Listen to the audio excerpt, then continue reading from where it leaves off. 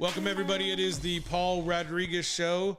Hope y'all are enjoying the new intro. Shout out to producer James for getting that done. How are you today, sir? Doing good. Doing great. Like Tony the Tiger? Tony the Tiger. Nobody can see you. There you go. Great. There it is. On point. It's a lot. You got a lot going on over there. I got to give it up, man. It's I'm glad you're here. I wish I had 3 hands. Maybe even 4. You can be what's that Mortal Kombat character who has 4 arms? Goro. Goro, yeah, Goro. I remember, man, dude. I remember Mortal Kombat when it came out on Sega Genesis. It was like 16-bit, and Mortal Kombat had come out, and so everything's just like 2-dimensional. And he was like, you have to fight these bosses as you go up. Different worlds, different times. Nowadays, it's like all 3-dimensional. You can kind of go everywhere and do everything. Yeah, and there's story mode, and you walk through and meet people. I'm actually excited for the new Mortal Kombat that's coming out. I think in either a week or 2 weeks. It's coming out soon on HBO Max, so I'm looking forward to that. It'll come out before the Space Jam Legacy. I'm sure your brother's podcast will be getting geared up for that one as well. But it is a football show here today, but getting into it, not much going on. Deshaun Watson filed a motion to have all of his accusers' names made public. We'll see how that fares out in court. The Masters kicked off today. Not surprising. The usual people are in contention. Go ahead and get that word spit out real quick. There is some high school news that will be dropping in our second segment. I've been asked to join Snoop on Flex ATX after our show wraps. So if you want to see that, we'll probably put that up on our socials. If you want to hear it live, you can go over to the Horn at about 8:05, and we'll be discussing we'll be discussing Caleb Burton going to Lake Travis, as well as the new head coach at Del Valle, Bobby Acosta, joining the ranks coming in from IMG Academy. That'll be after we wrap on the Horn, 104.9 The Horn in Austin. So getting into it a little bit, the Masters, I was kind of trying to keep up with it online. There's an app that they have. Pretty much the only way you can get that feed, unless you're watching ESPN, I believe it's ESPN2 that it was broadcasting on. Lots of, the big wigs are going to be up there. Your Bryson DeChambeau's, your Rory McIlroy's, who else? DJ's up there, Dustin Johnson. He was paired with an amateur today. So I'm looking forward to see how tomorrow fares. We'll really get a good understanding of how the field is going to shape up after Friday. And then going into Saturday and Sunday was really when the contenders will separate themselves from the rest of the field. But this Masters, man, it's a different kind of course. It's the Super Bowl of golf, so to speak. And I'm gonna see if I'm gonna try to get you to watch it. I'm gonna bug you on Sunday. I'll be like, James, look, if you can't watch it on TV, watch it on your computer or watch it on this app. Just watch probably the last 2 hours, which would probably be from like 4 to 6. If you can get that in. I don't know. What you got going on this weekend? You got little kids' birthday parties? You usually do. That's why I brought it up. What we got going on? We got something going on this weekend. Can't think about it. No, April 10th is pretty quiet. Nothing really kicking off till 24th. Nothing on y'all's end? No, I don't think so. Yeah, I'm going to work a little bit overtime this weekend, Saturday, and then get ready for Sunday, because I think that's when everything is going to be real fun. With the Masters. You may like it. Who knows? I don't know. Have you gone to Topgolf yet? Have you been there? No, I want to. You haven't been to Topgolf? Okay, so we need to go to Topgolf. We need to go check that out and see what you're working with your clubs. Apparently there's a new I think they call it putt pub or pub putt in San Marcos. It's between open and 6 p.m. It's all ages, but then after 6 p.m. it's like 21 and up, because it's like, you can get you a drink, go play mini golf. So I thought that was a pretty cool concept that's going on in San Marcos right now. And then there's a putting. You can go to what's that? Gosh, dog, what's that? 9-hole not a 9-hole, but in Austin? Pitch and putt. Oh. Yeah, it's a pitch and putt right there on Town Lake. You got that Peter Pan. Yeah, Peter Pan is old school, man. Papa Romeo took me and my sister before my brother was born. We were out there like bro, this is before you were born. This is, well, maybe not. This is like I want to say 88, maybe 87, 88. No, we had been older than that. In the late 80s, 88, 89, probably in that range. Maybe older. I don't know. Anyways, I remember when we went to that Peter Pan, I was like, Peter Pan's big. I thought Peter Pan was small. But those are fun times when you're going out there. And so I'm looking forward to that putt and pub out there. Shout out to Stefano Sanchez giving me that heads up. I want to check that out. Of course, everybody be safe if you're going to be going out there. Take you an Uber or Lyft. You want to be responsible when we get on the roads. Most definitely when you have that service available. When you said be safe, I thought you were going to say make sure you're wearing your mask. I'd rather you be safe and not drinking and driving before I'm going to tell you to be safe and wear a mask. Let me put the priorities in the proper, the proper line that they should be as far as importance. What if real quick, top topic. What if like, you've had a few drinks, you're driving home. I wouldn't be driving home. What if? Okay. And you get pulled over. Officer approaches you, and right. We're supposed to be practicing our social distance, so you have your mask on, so you don't smell your breath. And he's like, "Pull your mask down." What do you do? Well, he'd have to have probable cause to smell alcohol, so he would. If he had that's why when we get into this, I want to get real literal. So, I think they have a certain amount of responsibility to do their due diligence to protect and serve the public community. That's what they were sworn to do, to uphold the Constitution. And, I'm sure that for those who may be doing that, if you have a really good lawyer and you don't talk while you're being while you're being detained, if you are detained, then maybe something will come out of that. But the games that people may want to play, like, well, what if this and social distance, that's not going to fly with PD. That's not going to fly with them. I'm just going to tell you right now, it ain't going to happen. Slammed on the concrete real quick. Well, if you don't have to put yourself in a situation to be slammed on the concrete, like, if you would just do what they asked you to, it wouldn't be a problem. So getting back into that, now again, listen, we'll just make this real quick. You don't fight the cops in the streets. You fight the cops in the courtroom. I'm going to leave it right there. All right, so moving forward, there's not a whole lot going on. There was, there's some baseball talk, but I don't really know anything about baseball. Like I said, I'd rather watch paint pretty much dry. But before we get into it, anything you want to cross over, James, before we get into the UFC 1? I really want to talk about that DQ by Eddie Alvarez. Or are we getting into it now? Yeah, I mean, before we got into it, that's why I asked you if you had anything before we got into it. No. I mean, what UFC is this weekend? It's a UFC fight night. It's probably like Fight Night 10, if I had to guess. But there's nobody on that card that I really thought would be worth mentioning. And maybe I'm just missing it. I could really be missing it. Let's see here. Oh, okay. Saturday. Marvin Vettori versus Kevin Holland. That's he's going to fight this quick again? I guess so. Well, I guess. That is quick. I mean, he literally fought two fights ago. Like last month? Yeah, he fought in March, mid-March. Oh, it's going to be on ABC? No. Just watch on ABC. Well, ABC is a ESPN company. I guess that's why it makes sense. Does it say what time it's going to be on? I would figure it'd be like late.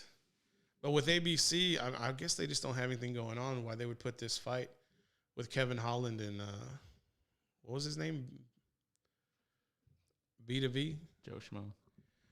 To people who just aren't worth mentioning. And Kevin Holland, he's such a loudmouth. You thought that he would really have, I guess maybe he was such a loudmouth he talked his way into getting to this UFC fight night. That's the only thing I can think of. Probably looking for a quick bounce back. And it says ABC at 2 p.m. though. You see that? Ain't nobody watching that at 2 p.m. Go back up. Right there. Oh, yeah. April 10th, 2 p.m. ABC. Why? See? Taking place at the UFC Apex. It's not like it's an international fight or anything. Yeah, but why would you put it on at 2 o'clock in the afternoon? Are you really trying to not compete with the Masters? That's the only thing I can think of. But if it's on ESPN Plus, it wouldn't be a problem. Anybody else on that undercard that's worth mentioning? Doesn't look like it. Mike Perry? No, Mike Perry's a joke. Yeah. Yeah, there's nobody really worth mentioning.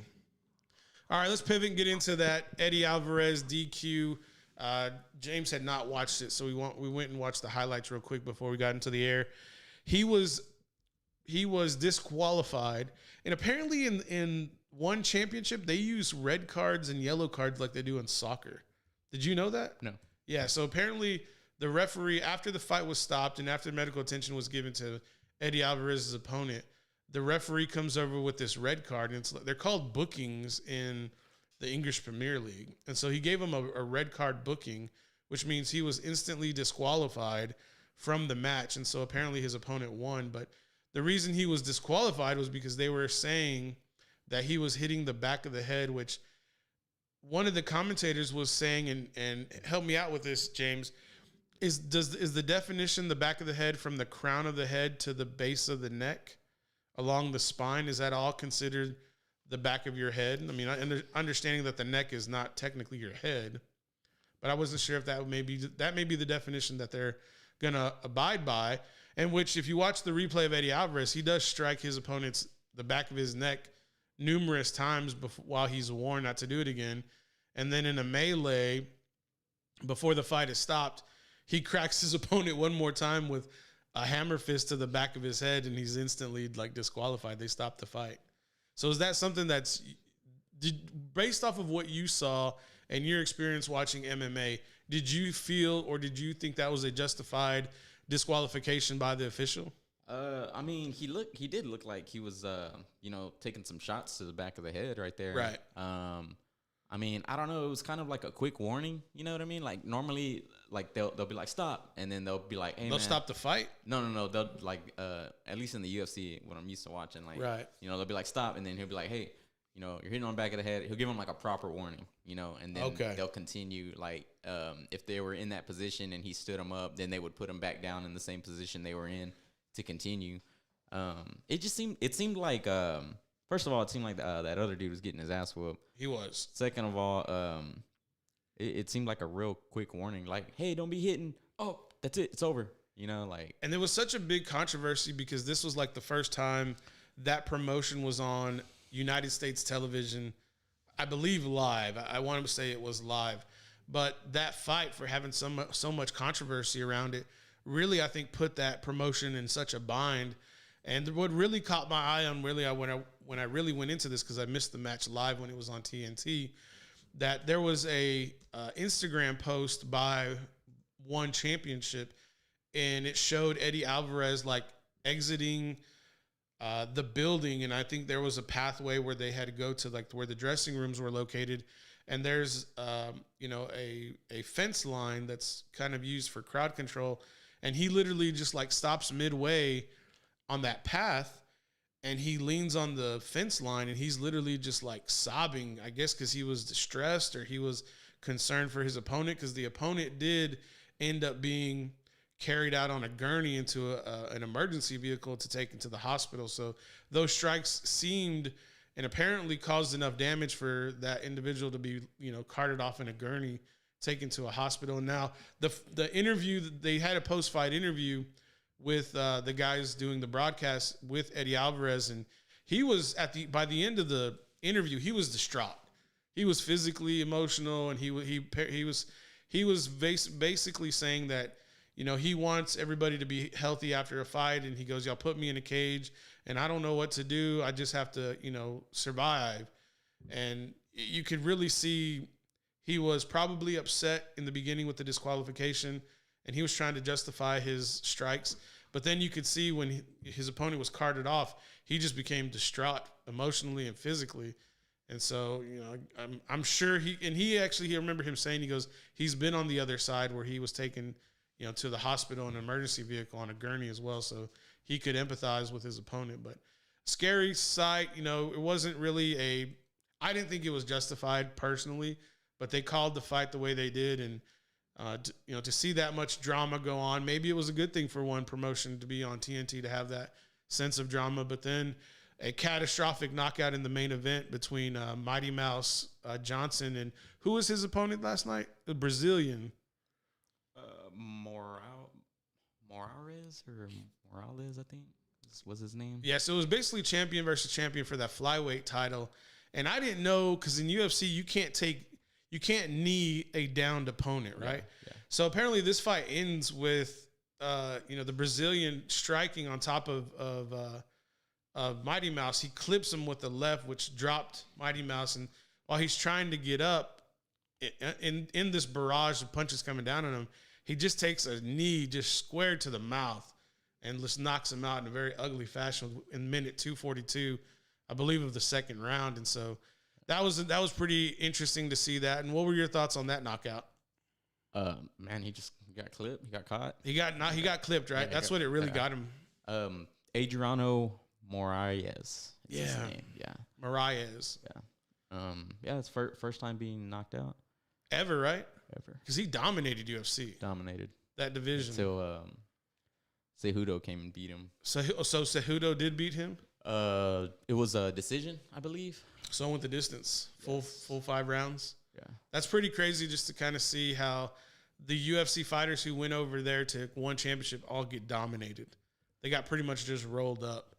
And I don't know are these guys like out of their prime, or are they're just they're not at their peak anymore. I think the competition over there is pretty. It's pretty stout. Yeah, and you got to be on point, especially with knees, for sure. Yeah. Lost to Henry Cejudo August 4th in 2018. So he's had a little run over there with W's at 1. Oh, yeah. And, of course, look at, this just goes on. What James is showing me right now is basically the wins that Mighty Mouse Johnson has over his career at UFC. And then when he took his L's, looked like Dominic Cruz. Was that back in 2012 he took an L? 2011. So he hadn't lost since 2011, and then until 2018 with Henry Cejudo. So many, many years in between his losses for Mighty Mouse Johnson. Pretty wild. And that was a split decision, lost to it was? Henry Cejudo, yeah. So that could potentially. What if do you think Henry goes to 1? No. Henry is he's going to come out of retirement. Yes, he's stirring up shit left and right. He's waiting on a big money fight. You think so? I think he'll come out of retirement, yeah. It's going to be something ridiculous. He wants to be paid, of course, like everyone else. What's the name that brings him out? Who was he talking trash? Well, he was talking trash to Sterling. Aljamain? Yeah. I mean, he would take that title quick from Sterling, I think.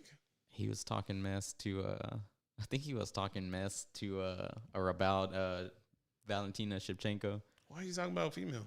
Dude, he went on this whole thing and he was all like, let's fight for the intergender championship. Well, he's just causing noise. Yeah, he's stirring shit up. He's just causing noise. I used to not like Henry Cejudo. Just he was like came off as like a real prick. But how can you argue with him? I mean, listen, this one thing. This is one thing I can understand.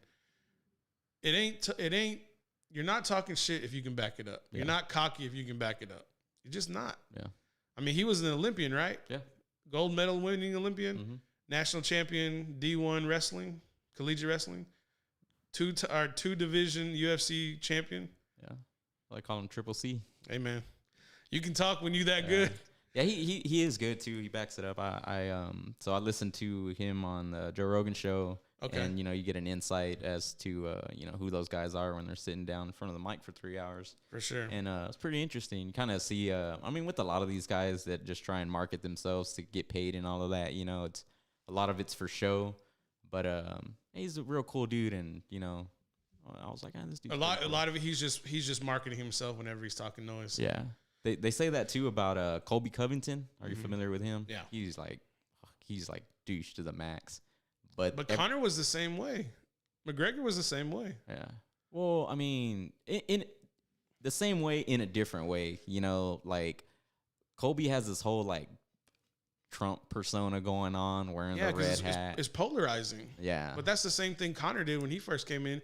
He was talking shit to everybody so that he could ruffle enough feathers to create this like hysteria, this demand. And like with Colby, it's like, if you don't like Trump, you want to see him get his ass beat. And if you're for Trump, you're going to want to see him win. Yeah. And that's all it is like, it's a gimmick. Yeah. It's like wrestling, man. It's just all that. It's like, what can you sell that's gonna make people pay you. Yeah, and you found one. And I've heard numerous people through interviews and whatnot. They say how good of a guy he is and respectful and all of that shit. Outside of it, when he's not like in the spotlight.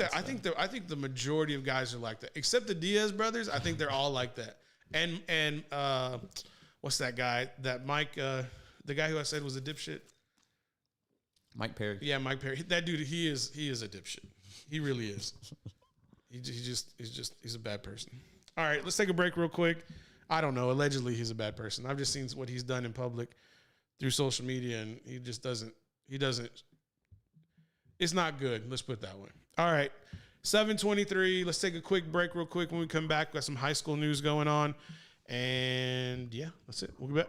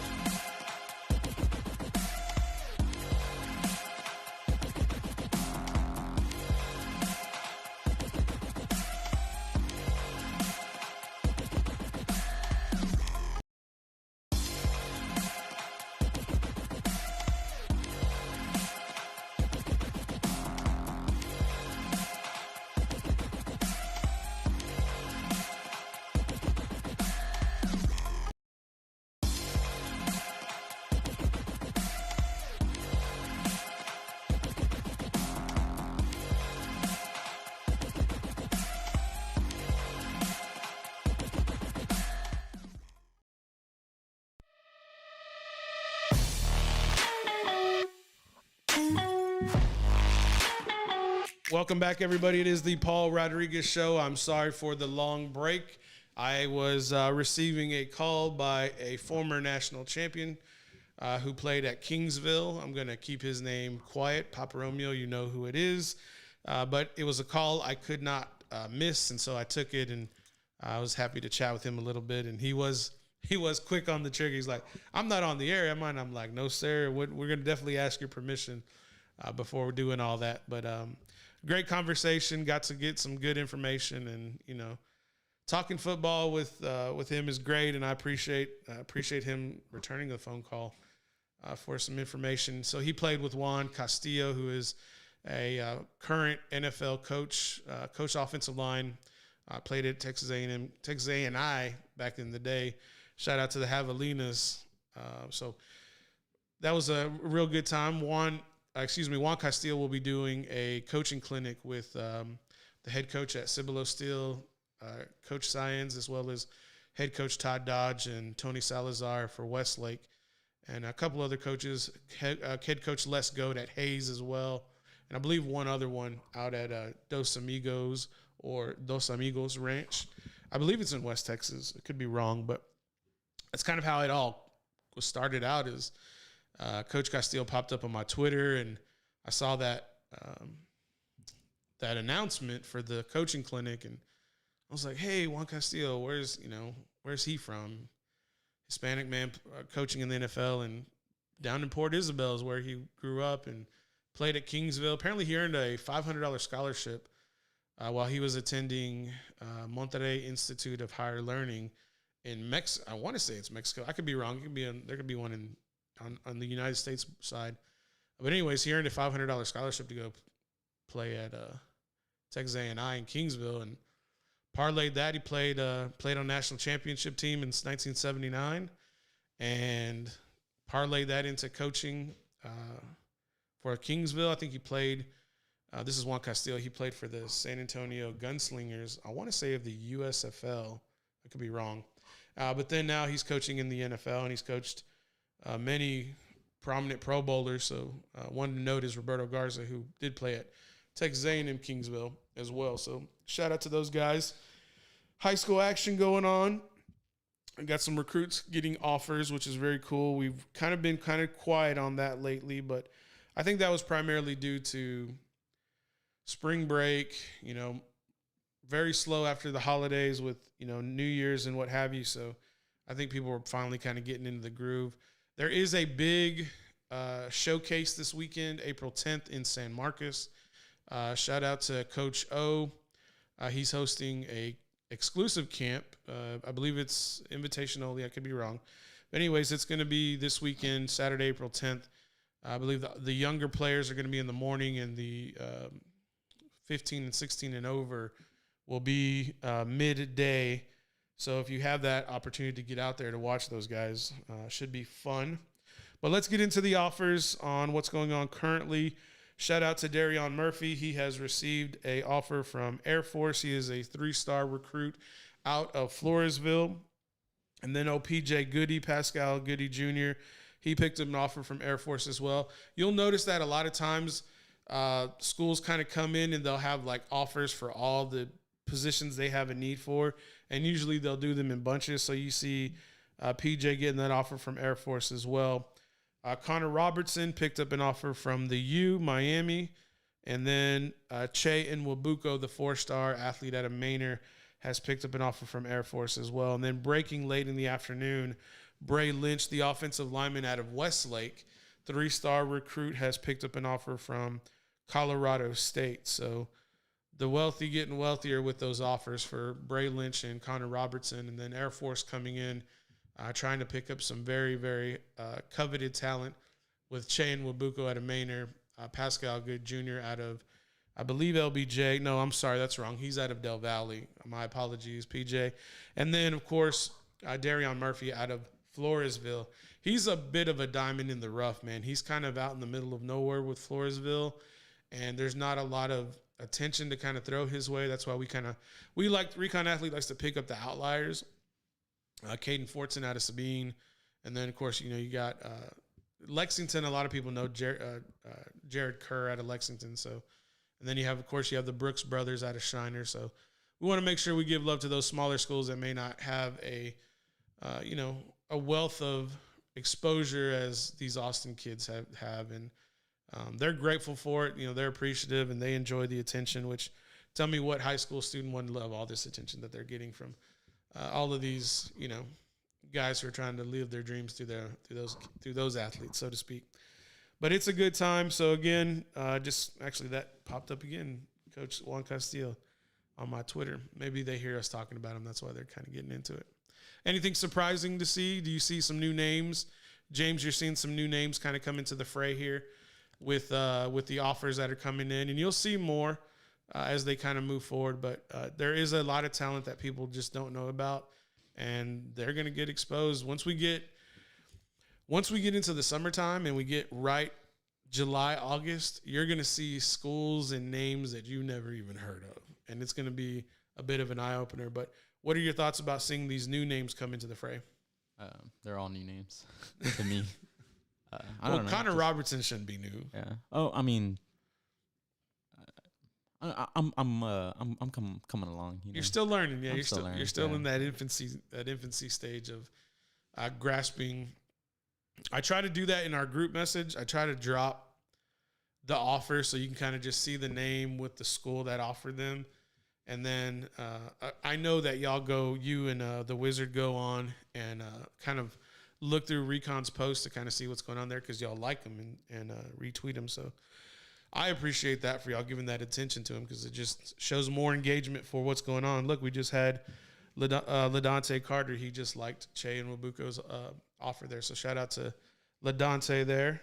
I'm kind of getting into more of a relaxed state with Recon because I feel like I don't feel like I have to do it the moment they offer, because there was a time when it was like I wanted to be first with posting the offer from whatever school to whatever athlete, and now it's a little bit more like let's let the Wizard do his work, let's let him get the proper edit done so we can post and then get it out there, and it's still a lot of attention, but at the same time it's like quality is going to take a little more time than just having the race to get there first. Does that make sense? I think you want a quality in a timely manner.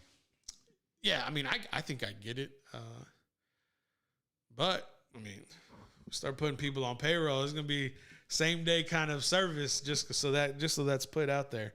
You're going to have Edward's office. If you're not first, you're last. Ricky Bobby, shake and bake. Did you hear about? This is a sad part. It just popped in my brain. So the two boys, Walker Texas Ranger. Remember the two boys? Uh-huh. The oldest one, apparently he passed away. Yeah, so R.I.P. I don't know, but sad thing. That kind of popped up on Twitter. I was like, dang. They were like, yeah, the son from Talladega Nights passed away, and I was like, dang, that sucks. 7:39. You're just like, whatever. He was a horrible actor. Is that what you're saying in your brain? No, I literally said nothing. All I heard was, I was just like, what was that? Let's get into a break. When we come back, more of the same, just more nonsense. Maybe you go off the rails a little bit more, but we'll see. We'll be back.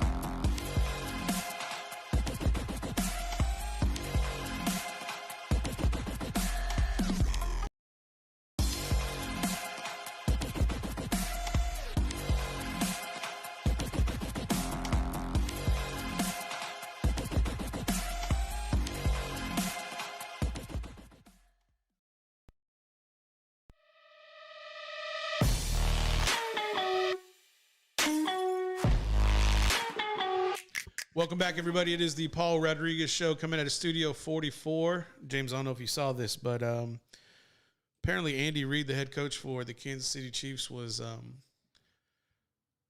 constantly trying to get Juju Smith-Schuster to Kansas City. And what he was doing to try to get Juju to Kansas City was he kept text messaging. This was during free agency. So Andy Reid is like constantly texting the Lombardi Trophy, a picture of Kansas City with the Lombardi to like Juju, like enticing him, hey man, come over here, get paid, and play on a Super Bowl winning team. And of course, we all know Juju didn't do that. Juju went back to with the Steelers and re-signed with them for a very minimal contract. But if I'm a betting man, I bet Juju's going to remember this next year, and he's going to say he's going to probably be the first person because he's going to enter free agency because he signed a 1-year contract. I got a really strong feeling Juju's going to reach out to Kansas City when he hits free agency and he's going to test that market. What can y'all pay me to come win the Lombardi potentially with Kansas City? But how would you feel if you're like constantly getting barraged with text messages of a Lombardi Trophy to come play and you still turn it down? How would I feel if I was Andy Reid? How would you feel if you were Juju Smith-Schuster? I'd be like, I'm going to win a Super Bowl here in Pittsburgh. How? With who? No, but that's the attitude you got to have. Yeah, I guess so. Like. I mean, he did pick Ben. But we got to look at this. He picked Big Ben, over Patrick Mahomes. Are you crazy? Yeah. There's no other receiver out there that he would. There would be no number one receiver outside of Tyreek Hill. I mean, and Tyreek Hill is. I would consider Tyreek Hill more of an athlete than a receiver. It's like Juju, all you got to do is block every now and then and catch pass over the middle every now and then. Ain't that hard. Probably be doing TikToks with Mahomes too. Increase his followers. He would easily get paid more money. I bet you he's making more off TikTok than his NFL contract this coming year. Because his NFL contract this year I think is $8 million. He's making way more money outside of NFL on TikTok. Has to. Streaming and all that too, right? Yeah. He has a whole brand. He has a YouTube channel, Twitch channel. I'm sure he has like endorsements. Yeah, he's doing plenty good outside of the NFL. Transitioning into the NFL draft is 3 weeks away from today's date. Shout out to the Paul Rodriguez Draft Party. Shout out us. We'll be hosting a draft party, kind of going along, covering the draft as it commences. And what I'm looking forward to is what the Dallas Cowboys are going to do at 10. Because I have a good idea what's going to happen 1 through 4. It's probably going to be 1 through 3 is definitely going to be quarterback. And then the question is, when does Kyle Pitts go off the board? For people who don't know, Kyle Pitts is the tight end / athlete out of Florida and who totally torched the Alabama defense. If Florida had a little bit better defense, Florida probably would have beat Alabama because it was just touchdown for touchdown for touchdown for touchdown, tick for tack, back and forth. Alabama ended up with the ball last, and that's why they won because they just were able to outscore Florida. There was no answer on Alabama's team for Kyle Pitts. He was playing a man's game in college football. He's playing NFL football at the collegiate level. He's just better than everybody else. So the question is, if Kyle Pitts falls like CeeDee Lamb fell last year, does Jerry pull the trigger on Kyle Pitts, or does he do the same thing and either pick J.C. Horning or Patrick Surtain? I would pick Patrick Surtain the second. That's because you would pair him up with Trey Diggs, the other Alabama defensive back that's already on the Dallas Cowboy roster, and he'll be in his second year next year. So potentially Dallas could have those 2 starting corners for the national champion Alabama Crimson Tide as their 2 corners. Or you have this mega weapon at the tight end position. And that got me thinking. I went back and I looked at the Super Bowls in the 90s for the Cowboys. And there's one thing that stuck out going all the way to like 2000, 2001. And I didn't go past 2001 just because I didn't want to. Every team that won the Super Bowl outside of the 2000, New England Patriots had a top 5 defense from 92 to 2000. Every Super Bowl team had a top 5 defense. And that one team that was not in the top 5, guess where they were ranked? 6th. They were just on the cusp of top 5. And those were the New England Patriots. So what that's telling you is that if you want to get back to the glory days of Dallas Cowboy football and you want to win a Super Bowl, it doesn't matter how much firepower you had. Now, granted, those teams in the 90s were stacked. They were stacked head to toe because there wasn't a cap back then. But now there's a cap. And right now, the only way you're winning championships is if you have a vaunted defense. Ask Tampa Bay. So the question is, what the hell is Jerry going to do? Is Jerry going to do the right thing and get a defensive back at 10? Or is he going to go, if Kyle Pitts is available, if Jamar Chase is available? I don't think he would do Jamar Chase, but if he would go get a high-end DB at 10.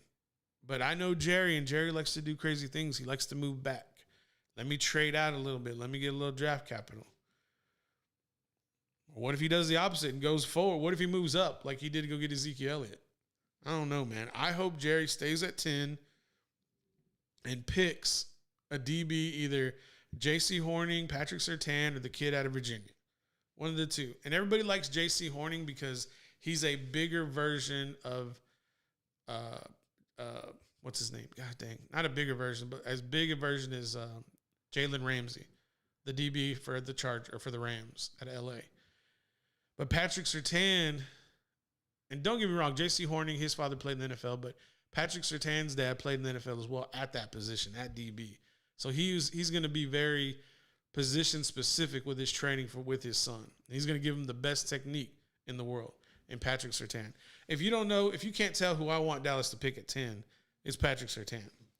So my frustration is going to be, Jerry, don't mess it up. And Steven, if you're in the building and you're in the room, or if you're on the yacht or wherever the hell you're going to be at, like you were last year, take a DB at 10. Take one of the 3. The kid from South Carolina, from Alabama, or from Virginia. One of the 3.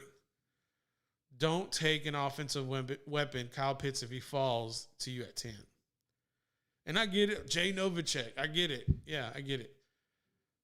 But you already have plenty of weapons. You need to shore up your defense, because if you don't do that, what we just talked about, going back to the 90s, top 5 defenses when you Super Bowls. The glitz and the glamour is going to sell the tickets. Saw today on McAfee. The Dallas Cowboys stadium revenue, that's like tickets, merchandise, concession, parking. Guess how much they made? $615 million. This was from 2018 numbers. $615 million. You know who came in second? It doesn't. I don't remember the team, but it was like 310 million. Dallas Cowboy fans, DC4L zombies, pay the price. And I think they're like total revenue, like the total team revenue for the year is like 900 million. That's a stat that they had on McAfee show. 900 million. You know who came in second? Like 600 million total revenue. Jesus. I mean, we're talking about big business here. Big business. It's amazing how you can have a team so popular as the Cowboys. They're the wealthiest franchise in the world, sports franchise. Wealthiest in the world. Soccer, everything. The world. They just print money, man. And that's why, and Jerry knows that. He can sell you anything. The question is, he's like, how do I buy a Super Bowl? Well, you can't. You got to draft right. You got to get lucky. And you got to catch a break here and there. That's the only way it's going to happen. Ask Aaron Rodgers. Ask Patrick Mahomes. He lost both his tackles. He didn't have both his tackles, and he could have won a back-to-back Super Bowl. Lost one to COVID because he decided to opt out and serve his community in Canada, and one busted his Achilles. Which led to him running for his life. And getting mauled, destroyed. Any thoughts before we get out? Jerry's going to Jerry. He's probably going to drop the ball. You know what? That should be a shirt. Yeah. We should put that on. Jerry's going to Jerry and put his face on that. You think he sent us a cease and desist? Yeah, more than likely. I mean, but then again, if he finds out about it, that means we're on his radar. So, well, if he finds out about it, then we sold enough shirts to be on his radar. What would you say? Yeah. Let's get Edward on that. Yeah. All right, guys, we got to get out of here. I'm going to be joining Flex ATX in about 10 minutes. Go over to the Horn, check that out if you want to. I'm going to be talking a little bit of new head coach hire as well as Caleb Burton to Lake Travis. It's been a fun one. Friday is Mananas. We got to come up with some of these. We got to get some themes going, right? Themes for different days of the week. Mm-hmm. Mondays, what do we got? Motivational Monday? What do you call? Miraculous Monday. I'm blank. Funky Friday. I don't know. We're gonna come up with something. I'm probably like getting people all like, why are you like rolling in your seats? I don't know. Rolling. I just felt like Adele jumping in my brain. Rolling in the deep. I don't know. I thought you were gonna say rolling. That's Aretha Franklin. No, is it Aretha? I don't know. I don't know. All right, guys, we're out. Let us know in the comments. Yeah, let us know in the comments. Are you monitoring those? Yes. Always. Out.